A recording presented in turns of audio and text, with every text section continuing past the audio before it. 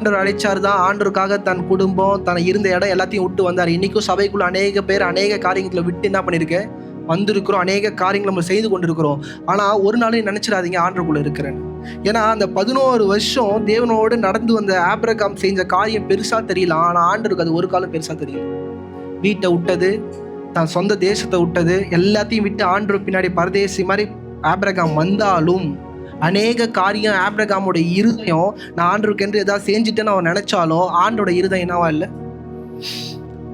அவனை ஆசீர்வதிக்கிற இடத்துல இல்லை. ஏன்னா 11 வருஷம் ஆயிடுச்சு, என்ன பண்ணல தேவனாகிய கர்த்தர் ஆசீர்வதிக்கல. 99 வயசு, 25 வருஷம் ஆயிடுச்சு, அப்பயும் தேவனாகிய கர்த்தர் என்ன பண்ணல, ஆசீர்வதிக்கல. தேவனாகிய கர்த்தர் 99 வயசுல சொல்றாரு, எனக்கு முன்னாடி என்னவாயிரு, உத்தமனாயிரு.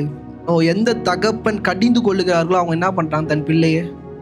நிறைய நேரம் பார்க்கும்போது என் தகப்பனுக்கு என் மேலே அன்பு இல்லை, என் தாய்க்கு என் மேலே என்ன இல்லை, அன்பு இல்லை. அவங்க என்ன பண்ணுறாங்களே புரியல. அவங்களோட எண்ணம்லாம் அவங்க காலுக்கு கீழே நான் இருக்கணும் இல்லை.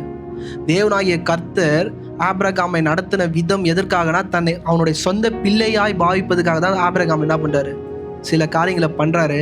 ஆனால் ஆபிரகாமோட எண்ணம் எப்படி இருக்கும்னா, என்ன பண்ணுறாரு, அழுத்திக்கிட்டே இருக்கிறாரு. எனக்கு என்ன தர மாட்டாரு, பிள்ளைய தரமாட்டுறாரு. ஆபிரகாம் மரமண்டைக்கு என்ன பண்ணல, புரியல. நான் உன் கூட வாக்குத்தத்தம் பண்ணேன், ஆனால் உன் மண்டைக்கு என்ன பண்ணல, அது ஏறல. அதனால உன் சரீரத்தில் சாறு வரைக்கும் அந்த வலி என்ன பண்ணு உணரு. இன்னைக்கு அநேக ரட்சிக்கப்பட்ட பிள்ளைங்க ஏன் வாழ்நாள் ஃபுல்லாக சில வழிகளோடே கடந்து போகிறாங்க, சில வேதனைகளோடு கடந்து போகிறாங்கன்னா இதான் காரணம். ஆண்டவர் அநேக இடங்களில் கை பிடிச்சி நிறுத்தி ஸ்டாப்னு சொன்ன இடத்துலாம் கையை உதறி விட்டுட்டு நான் பண்ணுவேன் நின்னும் போது இப்படிப்பட்ட காரியங்கள் என்ன பண்ணணும், அனுமதிக்கணும்.